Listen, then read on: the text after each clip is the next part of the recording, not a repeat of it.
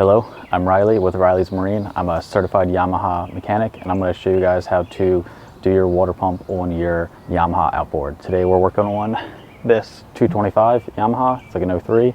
It's a 3.3 liter. I'm going to take you through all the steps. So the first order of business is you got to take all these 14 millimeter bolts out. After that, you got to pop this rubber off right here. And then inside that hole, it's going to be a 12 millimeter that holds this on. This is your anode. And then below that, and also right here, there's be 14 millimeter bolts. Once you do that, the lower unit will be able to come down. So I'm gonna go ahead and do that. First, I'm gonna crack all these loose. And the first one wasn't tight, the second one is. Now with these, most of the time you can't get a socket on there besides the back ones. So I usually just crack them with these, which is a box end. And then if I can fit it, I will try to get a ratcheting wrench in there. But a lot of times you just end up having to just do it the slow way with the box end. So I got all the 14 millimeter bolts that hold the lower on loosened. So now normal ratchet, extension, 12 millimeter, go up here, take off the anode. Hopefully it comes off. A lot of times what can happen is the bolt gets seized in the anode, and then you just have to get a brand new anode and bolt. So far so good. Most of the times you want to mark where this is. It is adjustable, but in this case it was dead center, so it's easy to remember. All right, so now I'm gonna go for the 14 millimeter bolts under the cavitation plate.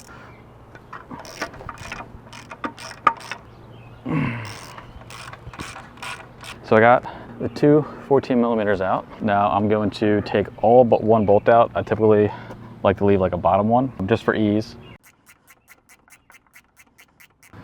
I have a stand like this, but you don't necessarily need one, but it surely does help. So let's see if we can shimmy this out.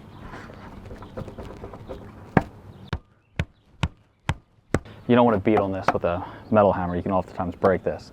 So sometimes I like to tap it down here with a rubber mallet, and it does help. This motor also needs trim work done, so it's when I shake it, it doesn't really stay in place. Yeah, usually when you shake them, you kind of like rattle them out. But the whole motor is lifting up and down, so it's making it a little more difficult. It's coming though. Keep one hand on it, put the plate on top of your shoulder. It still has the shaft going up, so it's not going to go anywhere. There we go.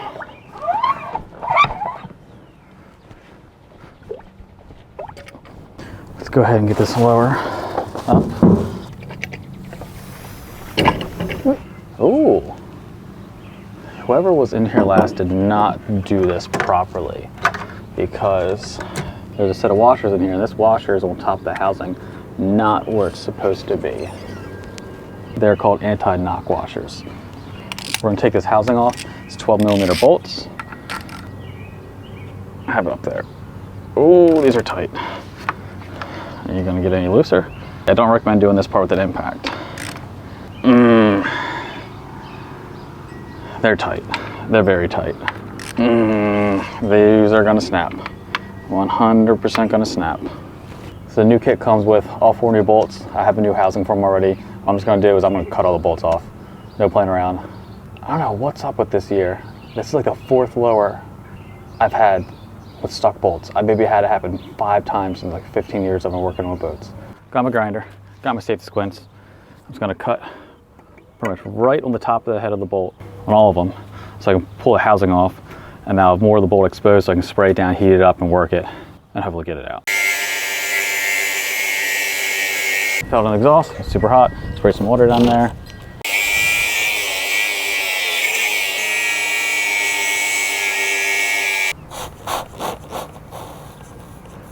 I mean, if it's any sign, you can see these bolts right there aren't original, they're all aftermarket. Stainless, so someone's probably snapped some bolts in this thing before. The lower doesn't match the color or the rest of the motor, so it's probably been replaced. I find a lot of people get cheap lowers and they come from Florida or something, and they're super corroded. So you typically don't need to replace like the housing, the plastic piece every time, but I got the parts already for this because I've had bad luck so far this year, and I'm glad I did. So everything new. The only thing I didn't get new is the metal washers. Don't go bad. They can get lost though. you're gonna have a gasket, like a paper gasket, metal plate, then the plastic housing. You want to apply probably just the plastic housing up for now. Oh, look at that. Whoever's in here last used like Permatex, like Formagasket stuff. This housing doesn't look old though. Pull this off. And it doesn't have any of the anti-knock washers. Awesome. I'll have to see if I have them. Okay, so what can happen a lot on these, show you, is that keyway right there can get seized. If you get seized, if you just take a chisel and hit it, well, a lot of times what will happen is it'll shear the top off. The two best ways, actually there's really one good way, but two other ways to do it is you take a Dremel, you slice down the middle of it, then you pinch it with pliers and it pops out. I just take an air hammer and like one with I don't know, a chisel tip, a cold chisel tip, and just hit it a few times, and that sudden real quick vibration usually slides it right out and you don't shear it off. So I'm gonna have to do that. But first, someone's been all up in this lower before. Keyway's still in there, Woodruff key if you wanna call it that, but I can see there's stainless hardware for the upper drive shaft bearing. Someone's definitely had problems with this before with corrosion. What you would think is if someone had those problems and they had to replace that, they would grease these bolts. These bolts have no grease on them, and that's why they get stuck. Let's first spray down some 656. I'm gonna leave this metal plate on while heated up to try to protect everything. All the ones that I've had this, like I said, it's happened 4 times this year. All the other ones that I've had, only one got stuck. All 4 of these are stuck. What you don't want to happen is you don't want to have to break it and have to drill it out, which you never can do centered. It's impossible to. Then you got to put a heat cooler in there, which they never hold, so you might as well put a time cert in there. So they're expensive, they take time. This is what I call them, time certs. Okay, it's actually gonna move. That's cool. That one actually feels like it wants to move. Maybe it just needed a little bit of lubrication, that's all. I can't be that lucky. I like to just work it back and forth, spray it, heat it, work it. Okay, that one feels it's coming loose. I see where the issue is. It's a cheap Reman SCI lower unit. You never have luck with these things. When I say they're cheap, I mean they're like $1,200 for a whole lower. I should have known. Should have known. If you need to replace your lower, it's better to go with the used, good condition lower than a SCI lower, because SCI is just a Reman and they just use inferior quality parts. Feels like about all of them want to move. Besides that one. Let's spray that one. I'm gonna leave that one for last. That might be the only one that actually needs to be heated up. I wonder if I can grab it now with the old reliable crap ones. At least I don't have to retension those channel locks every time. And there was grease, but I don't know what people do. I don't know how people break stuff. That one feels pretty good. I mean, they got some grease on them. Nothing tremendous.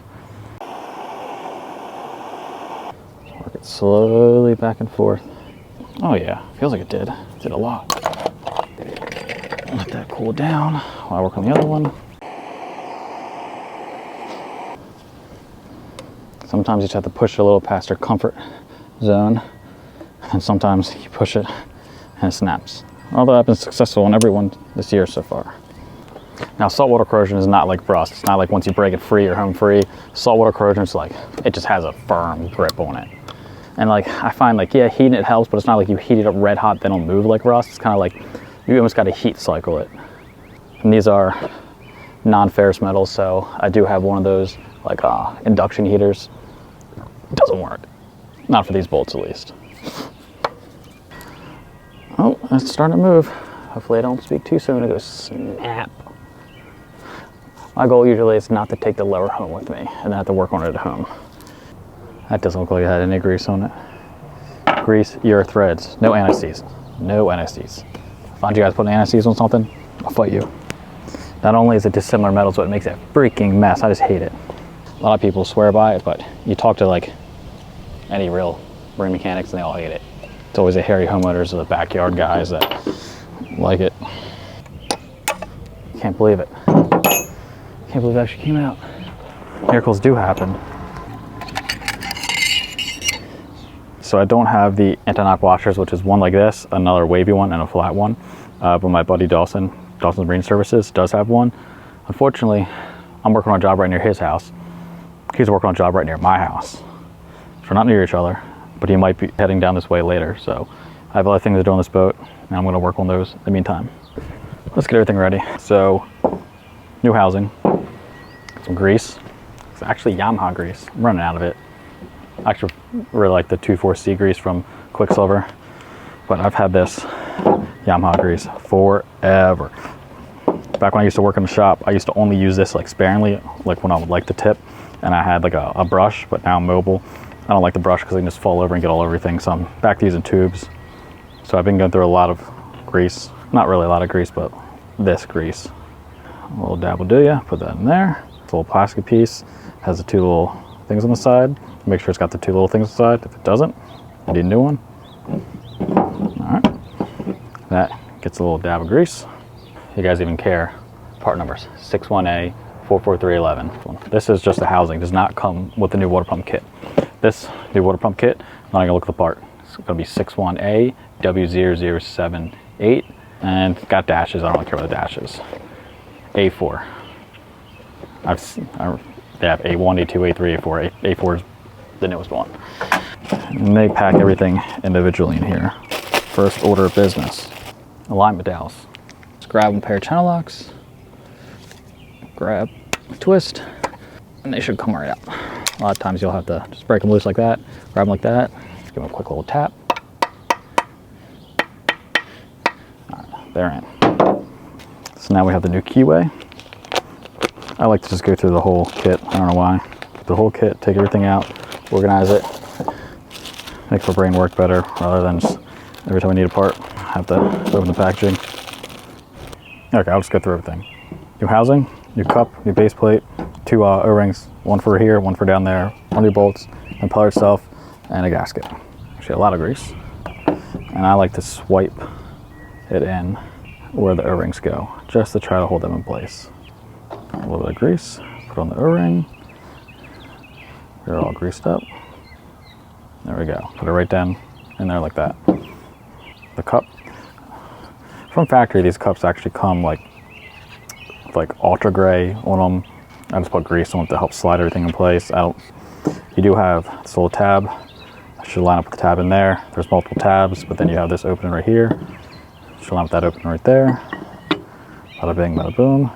I can tell it's not lined up because it's not flat. I just slid it and it's flat. You should run your finger across. The cup should not protrude further than the base of it. Basically what I'm saying. All right, so next we have the bigger ring. Goes around in there, like that. Just walk it into place. That should be good. Now next, we have this. It has little tabs right there that go down. That goes down. It only lines up one way. This of course goes first. Also only lines up one way. Your keyway. Keyway's gonna be a little tough to go in there. I like to start it at an angle up top, hammer it, and work your way in and finish with a punch. Nice big flat punch. Finish her off. It's flat. Looks like it's in there far enough. Take some grease. There's a spot for the keyway. Take some more grease, squirt her in there. Take some grease, squirt it on top here. So let's move some down here. Usually when you get halfway down, that's when it gets stuck. Take this, slide that, line that up, push down. All right, that's all the way down. Now, this is where you need the anti-knock washers. All right, so now I'm trying to get these end caps off. I usually just air hammer them off, but the tool for placing the caps on the steering does work. They have a tendency to strip. I got one loose. Just trying to see if I can get the other one now. Oh, okay, it actually worked. Cannot believe it. I knew I had faith in me. Now, let's get the new cap set up. These are like the newest revision. As you can see, I was talking about the part numbers earlier, 09. I looked at them a little bit yesterday, and they no longer have the snap ring and all like you saw in the old ones. Oh look, well I knew, I was actually surprised with you guys. It comes with all the seals. So all the seals I ordered are useless. If you look inside there, you got a squish a little O-ring in there. Not bad at all. We got 2 of these seals, 2 O-rings, 2 caps. Grab this little kit picks, because I'm pretty sure I'll need it. Get a little bit of grease. That's a lot of bit of grease. Oh well. We're gonna put this O-ring inside of there. Boom, it's inside there. Same thing with the other one. Put a little bit of grease on the outside of these seals. Has a little lip, kind of, that goes up. So what you do is you take a socket, it's a little bit smaller, push down on it really hard, just like that. Same thing with this one.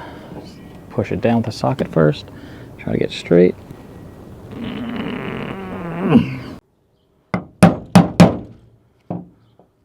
Alright, that's good. Put the socket back. There's one more O-ring I still need. I just need one. Make sure it fits. Alright, I got the new caps.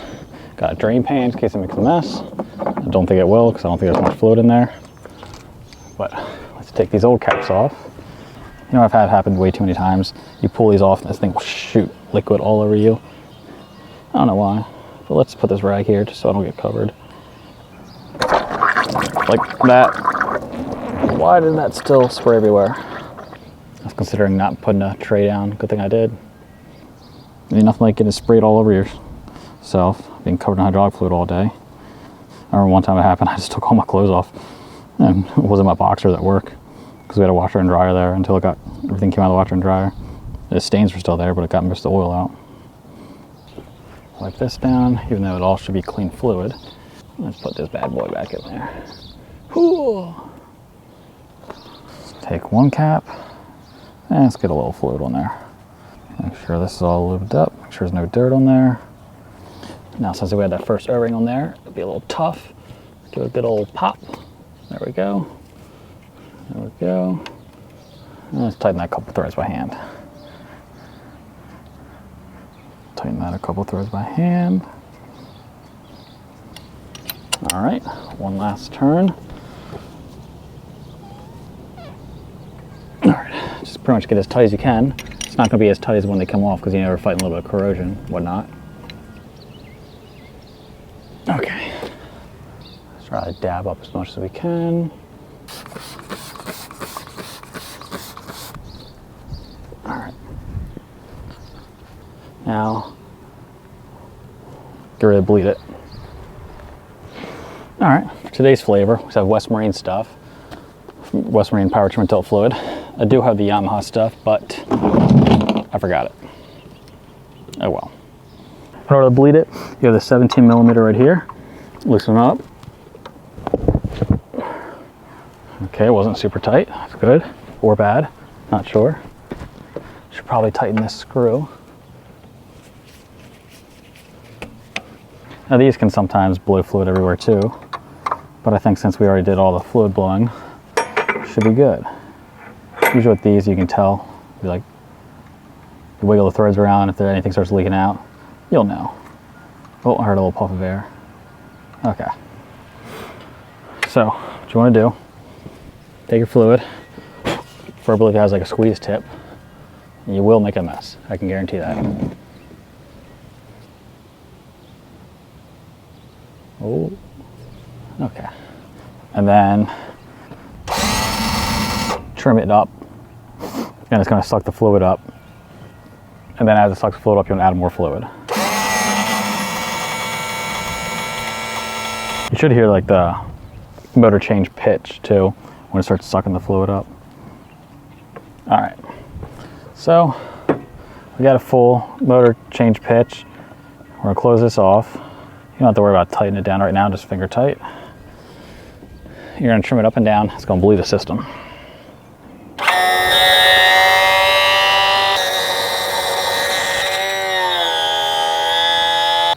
So now the system's kind of bled. It's super aerated right now, so you really shouldn't take this off. It could blow out on you everywhere. So I'll let it sit, let the air bubbles, settle down, and we'll go from there. You have flat washer, wavy washer, which are another flat washer. So they go in like that, creates a little spring tension, pressure, whatever. Those slide down on top of the water pump. And then you have a plastic collar, then a metal sleeve, and that locks everything in there. What this does is prevents the water pump from rattling up and down, and it creates a knocking noise. The knocking can travel up through the drive shaft, and it sounds like it comes from the power head. It sounds like power is knocking. That's why I call it anti-knock. Just slide that down, slide this down. All right. Now, grab a pair of channel locks and a hammer. You want to wrap it around the drive shaft loosely, put it over top of the knock washer, and just tap down gently to lock it in place. That's all you gotta do. Now we're ready to put the housing actually on. Some people use grease. I like to use watered down dish soap. So you get all the tops of the fins and everything. Put a little bit of soap in there. Grab the top of the drive shaft. Spin the drive shaft clockwise while pushing down. And watching, make sure none of the O-rings get all messed up. Should just pop right into place. There we go. Now, take all the bolts, generously put grease on it.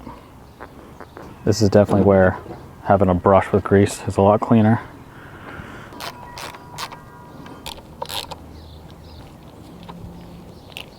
Some grease up here, generous amount. Make sure you always swipe down, don't leave excess at the very top. Working on all the threads, splines, whatever. All right, time to put the lower rack on. We are gonna grease the bolts, but I always like to leave one ungreased for now and easily accessible. While you have the lower down, let's check, make sure no corrosion. These motors like to corrode a lot. It looks pretty good. I don't have an actual scope up there, but I can tell just by the amount of corrosion I see.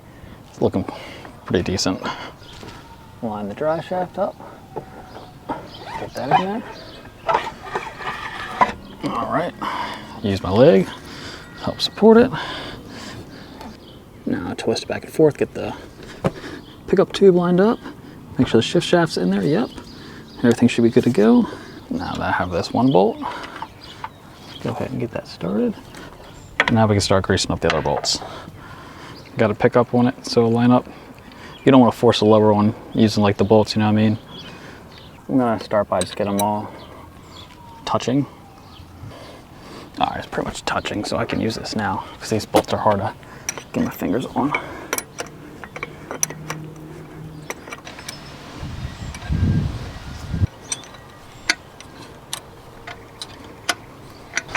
There are these bolts left. I'll be honest, I can never remember where they go. One long, one short.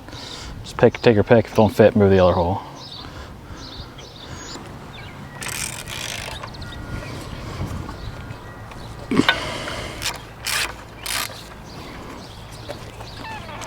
All right. Anode. Squirt some grease inside there because it's really hard to grease the bolt. 12 millimeter in this hole. All right. Snug that bad boy down. A rubber cap right here. This just goes back on top here. Bada bing, bada boom. Grab my safety rag so I don't get sprayed again, even though I ruined these pants, which were not even that old. All right, you can hear it, you know, out. Let it do its thing. Hold the rag over it. Like it'll do anything. Yeah, it probably would. No, it's definitely saved me a few times. Add some more fluid. All right, it's full. Put this back on there. Ugh. Check the trim.